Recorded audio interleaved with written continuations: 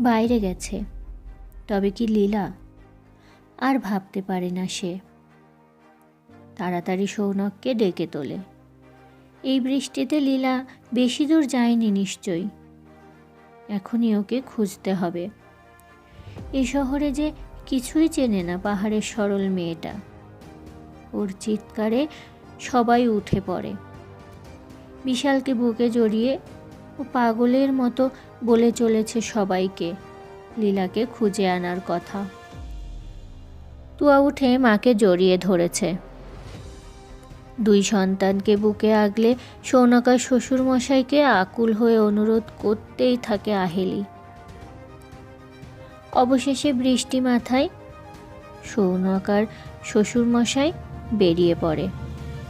মালাদেবী এই প্রথম বুকে টেনে নেয় আহেলিকে। শাশুড়ির বুকে আশ্রয় পেয়ে ফুলে ফুলে কাঁদতে থাকে আহেলি। এক মা বাচ্চা দুটোকে জড়িয়ে আর এক মায়ের বুকে আশ্রয় খোঁজে। বৃষ্টি বোধহয় এবার আর আসবে না এ শহরে। জুন মাস শেষ হতে চলল, ছিটে ফোটার দেখাও পাওয়া যায়নি।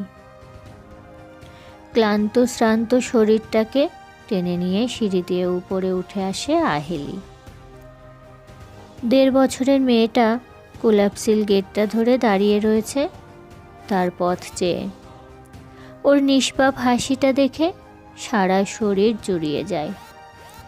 আহেলি ভেতরে ঢুকতেই তার পরিশ্রান্ত ঘামে ভেজা শরীরের ঘ্রাণ নিতে নিতে ছোট্ট দুটো হাত গলা জড়িয়ে ধরে বুকে মুখ লুকায়। আগে মাকে হাত পা ধুতে দেওয়া তুয়া, এমন করে না। বলতে বলতে বেরিয়ে আসেন মালা দেবী, আহেলির শাশুড়ি মা। ছোট্ট হাত দুটো আরও শক্ত হয়, কিন্তু মায়া দেবী ওকে ছাড়িয়ে নেন ধীরে ধীরে। আহেলি ফ্রেশ হয়ে মেয়েটার কাছে একটু আসতেই শাশুড়ি বলেন, আজ তোমার বাবা একটু লুচি আলুর দম খেতে চেয়েছেন। আমি আলু সেদ্ধ করে রেখেছি, তুমি চটপট করে ফেলো এবার। মেয়ের গালে নাকটা ঘষে আহেলি একটা চেনা ঘ্রাণ খোঁজে। শ্বশুর বলেন, রান্নাঘরে ঢুকলে আমায় 1 কাপ চা দিও তো। আহেলি ঘড়ির দিকে তাকায়, 8:30। মেয়ের চুলটা ঘেঁটে দিয়ে উঠে পড়ে। তাড়াতাড়ি সব মশলা রেডি করে আলুর দমটা বসিয়েই ময়দা মাখতে থাকে। পিছন থেকে আঁচল ধরে টানে একটা কচি হাত, আমাল একটু আতা চাই। ছোট্ট একটা লেচি মেয়ের হাতে দিয়েই হাত চালায় আহেলি। ওই ঘর থেকে টিভি সিরিয়ালের আওয়াজ ভেসে আসছে। বউটির দুর্দশা দেখে শাশুড়ি চোখের জল মুছতে ব্যস্ত। 9:30 শ্বশুর হাঁক পাড়ে, বলি, 1 লুচির দম আলু করতে রাত কাবার হয়ে যাবে নাকি? মেয়ে যে ঘুমিয়ে যাচ্ছে, ওকে খাওয়াতে হবে সে খেয়াল আছে? আহেলি গরম গরম লুচি, আলুর দম, বেগুন ভাজা টেবিলে সাজিয়ে মেয়ের খাবার রেডি করে। 2টি রুটি চটকে ঘুমন্ত মেয়েকে কোলে নিয়ে নিজের ঘরে যায়। এভাবেই খায় মেয়েটা রোজ। কিছুতেই তাড়াতাড়ি করতে পারে না আহেলি।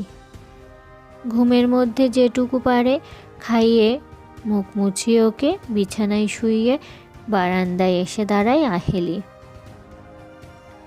আধফালি চাঁদ গোটা আকাশটাকে মায়াবী আলোয় ভরিয়ে দিচ্ছে যেন।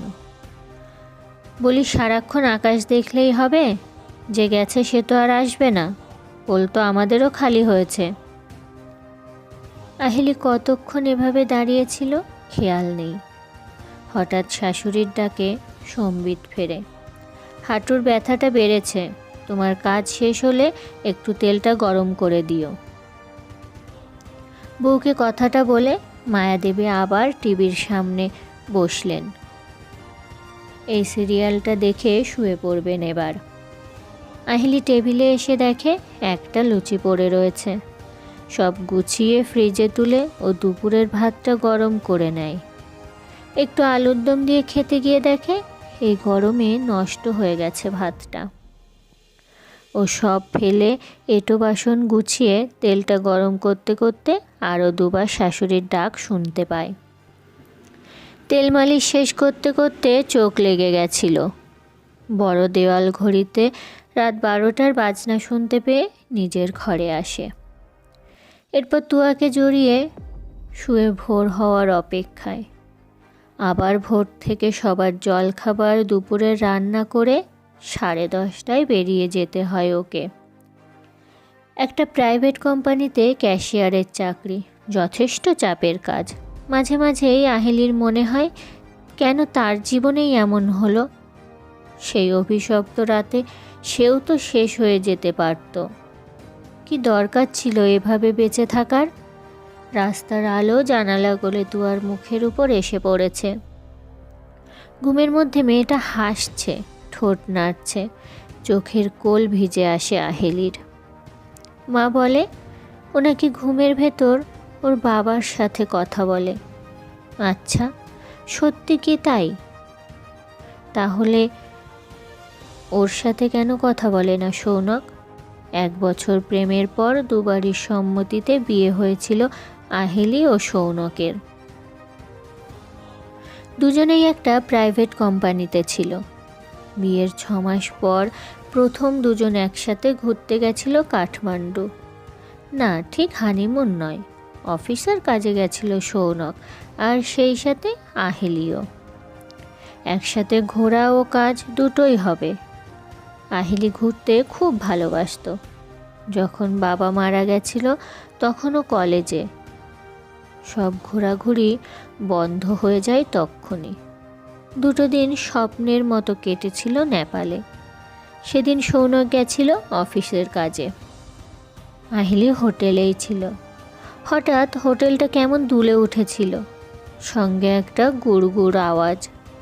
বাইরে আসতে গিয়েও আসতে পারছিল না আহেলি। সোজা হয়ে দাঁড়াতেই পারছিল না। কিছু বোঝার আগেই নানা রকম আওয়াজ আর চিৎকার কানে আসছিল।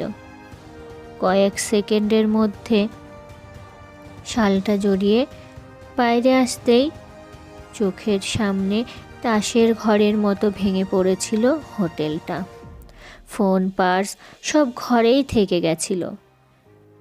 একটা অস্থায়ী ত্রাণ শিবিরে 2 রাত থাকার পর অফিসের সাথে যোগাযোগ হয়েছিল, কিন্তু সৌনকের সাথে আর দেখাই হয়নি।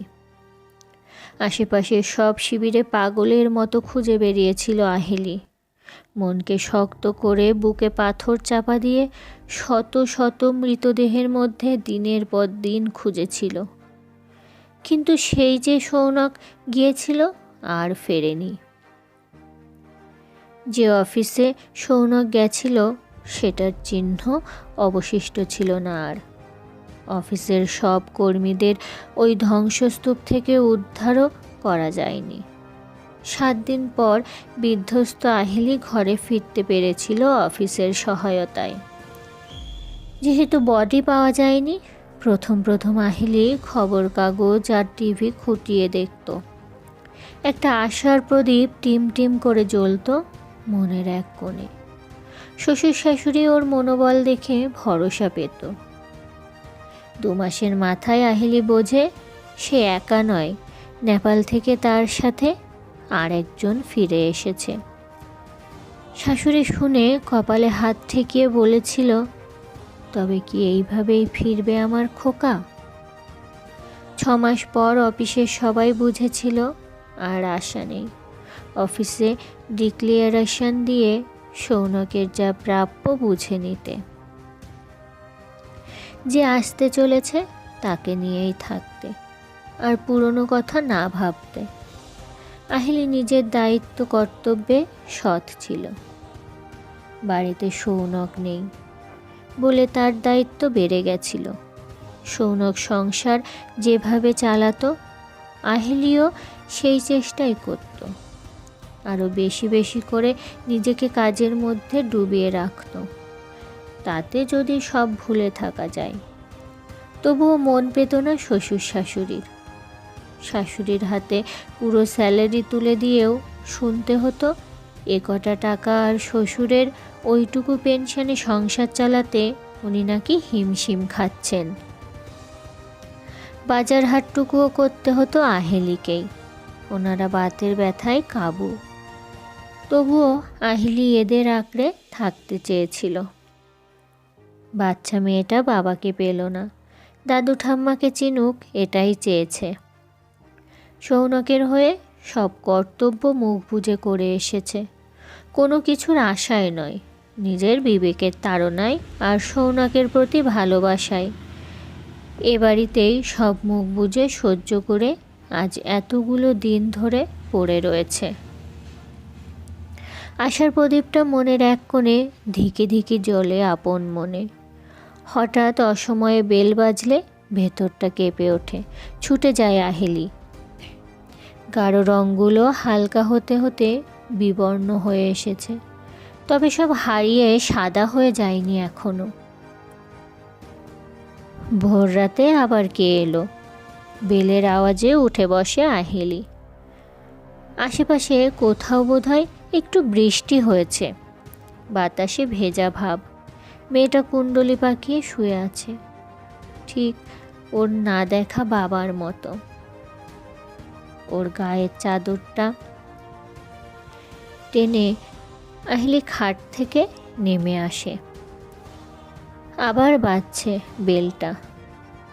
গোদরেজের লকটা খুলে ঘুম চোখে দরজাটা খুলতেই চমকে ওঠে সে। চোখটা কচলে নেয়, মাথাটা কেমন করে ওঠে। দরজাটাকে শক্ত হাতে না ধরলে পড়েই যেত বোধ হয়। কোলাপসিল গেটটা খুলতেও ভুলে যায় সে। কে এলো এত ভোরে? পাশের ঘর থেকে শাশুড়ির ঘুম জড়ানো গলা ভেসে আসে। দিনের আলো সবে ফুটতে শুরু করেছে।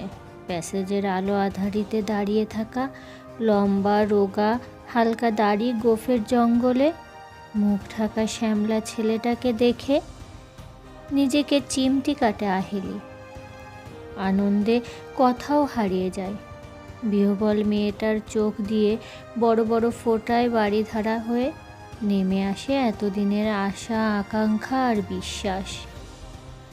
কোলাপসিল খুলতেই আহিলির চোখ যায় সৌনকের পিছনে। এতক্ষণ দেখতে পাইনি একটি ছোটোখাটো চেহারার যুবতী মেয়ে কোলে একটা বাচ্চা নিয়ে দাঁড়িয়ে রয়েছে। 7-8 মাসের বাচ্চাটা ঘুমিয়ে কাঁদা। আবার পায়ের নিচটা দুলে ওঠে। ভূমিকম্প। আহিলি সৌনকের বুকে ঝাঁপাতে গিয়েও পারে না, দৌড়ে চলে যায় নিজের ঘরে। ঘুমন্ত তুয়াকে শক্ত করে জড়িয়ে ধরে। অবশেষে বৃষ্টি এলো। এতদিনে শ্রান্ত ক্লান্ত শহরটায় বুকের যাবতীয় ক্ষোভ, রাগ, দুঃখ, অভিমান ধুয়ে দিয়ে তাকে স্নিগ্ধ শীতলতার পরশে ভিজিয়ে দিল। ভেজা হাওয়ার মাটির সাদা গন্ধ। আহিলি ঘুমন্ত মেয়েটাকে অনেক আদর করে শুইয়ে দেয় বিছানায়। ঘড়িতে রাত 2:10। বসার ঘরের ঘড়িটা থেকে একটানা টিকটক শব্দ আসছে। এই 2 দিন কোথা দিয়ে কেটে গেছে আহিলি জানে না। প্রচুর লোক আসছে সৌনকের খবর পেয়ে। ওই এক গল্প শুনে শুনে মুখস্থ হয়ে গেছে আহিলির। এই লীলা মেয়েটি ওকে নেপালের এক গ্রামে একটা পাহাড়ি নদীর ধারে বসে থাকতে দেখেছিল ভূমিকম্পের প্রায় 1 মাস পর। ছেঁড়া জামা কাপড়, ভবঘুরে চেহারা, মুখে কোনো কথা নেই। পাশেই একটা ক্যাম্পে স্বেচ্ছাসেবকরা খবর পেয়ে ওকে ক্যাম্পে নিয়ে যায়, কিন্তু রোজ এসে ওই নদীর ধারে বসে থাকতো। লীলা নিজেও শরণার্থী। ওদের গ্রামটা পাহাড়ের নিচে চাপা পড়ে গেছিল। মা ভাই কাউকেই খুঁজে পায়নি আর। এই আপন ভোলা ছেলেটার দায়িত্ব ও নিজের হাতে নিয়েছিল। আসলে এইসব শরণার্থী শিবিরে সবাইকে সব আদায় করে ছিনিয়ে নিতে হয়।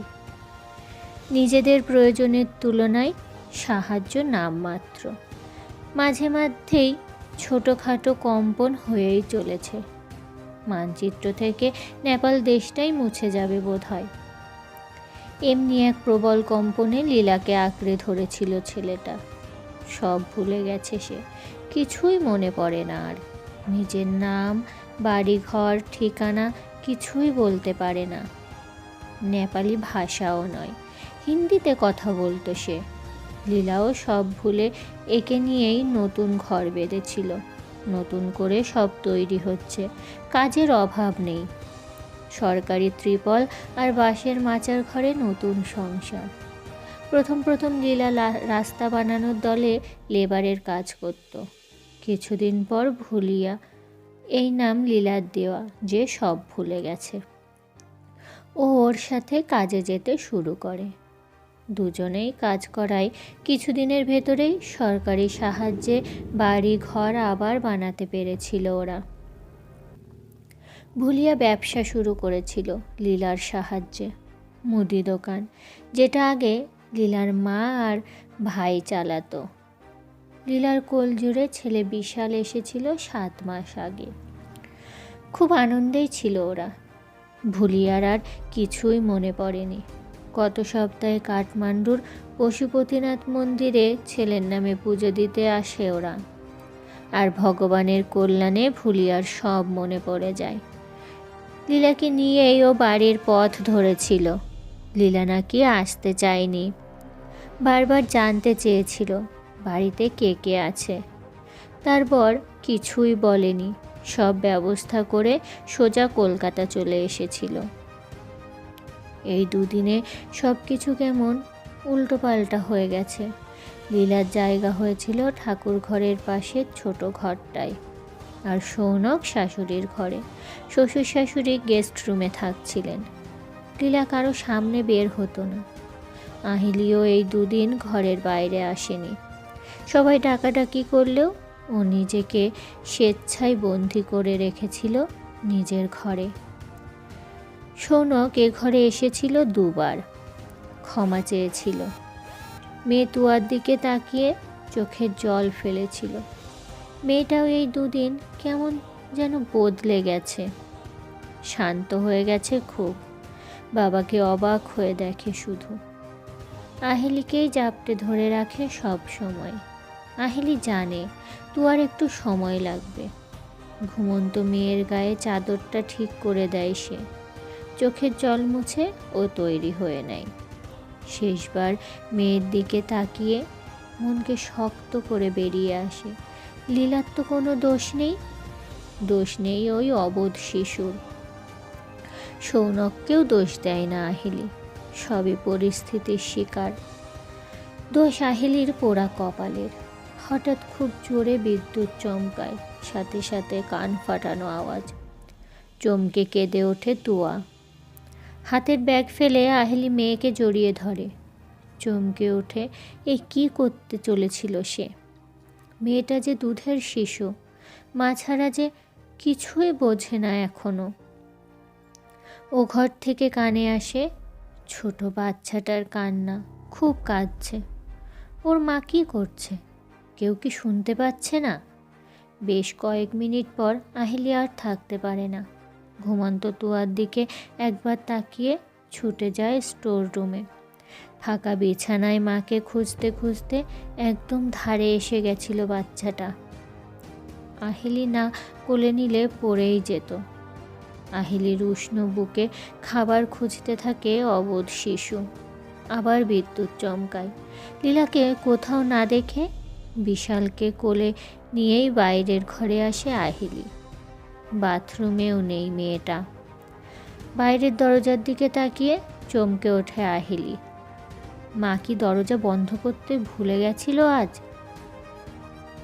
এই মাঝরাতে সদর দরজা ভেজানো। কোলাপসিল গেটের সামনে পড়ে রয়েছে চাবির গোছা। তালাটা বাইরে লাগানো। এত রাতে কে এভাবে বাইরে গেছে? তবে কি লীলা? আর ভাবতে পারে না সে। তাড়াতাড়ি সৌনককে ডেকে তোলে। এত বৃষ্টিতে লীলা বেশি দূর যায়নি নিশ্চয়ই। এখনই ওকে খুঁজতে হবে। এই শহরে যে কিছুই চেনে না পাহাড়ের সরল মেয়েটা।